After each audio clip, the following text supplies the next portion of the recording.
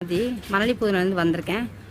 நான் பிஜேபி கட்சியில் மாவட்ட வட்டத்தில் மகளிர் பொருளாளர் 16 வட்டத்தில் மகளிரில் பொருளாளராக இருந்தேன். ஒரு 3 வருஷம் இருந்தேன். அதுக்கப்புறம் உறுப்பினராக தான் இருக்கேன். இப்போ கட்சியில் பணியில் இல்லை.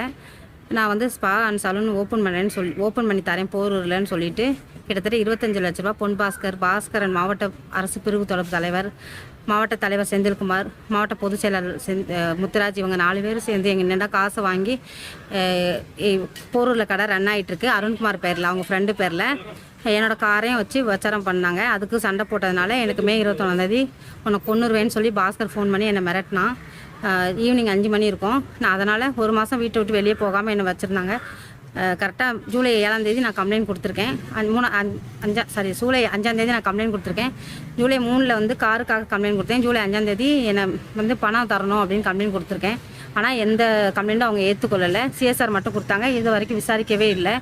அதுக்கப்புறம் நான் ஆகஸ்ட் 28 என்னை 5 பேர் அனுப்பி எங்கள் வீட்டில் எல்லாரையும் கொலை செய்கிற சொல்லிதாக்காண்டி அனுப்பியிருந்தாங்க. 8 மணி நைட்டு. அப்போ நான் 100க்கு ஃபோன் அடித்தேன்.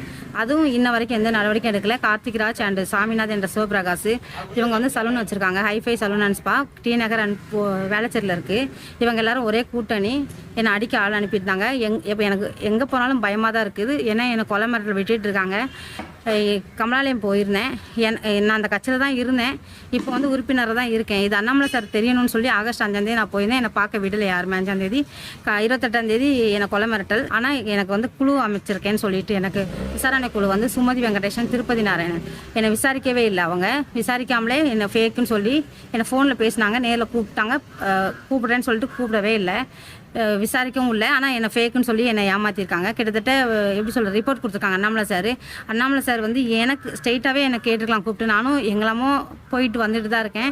எனக்காக உதவி செஞ்ச சோமு சார் ஒருத்தர், அப்புறம் கே ரவி, இவங்க 2 பேருமே அடிப்படை இதுலேருந்து எடுத்திருக்காங்க. சோமு சாரை கேஆர்எஸ்ஐ நீ செட்டப் பண்ணி அனுப்புனியான்னு சொல்லி எல்லாரும் நிறைய பேர் மிரட்டுறாங்க. இது அண்ணாமலை சாருக்கு இன்னும் காதுக்கு போகவே இல்லை.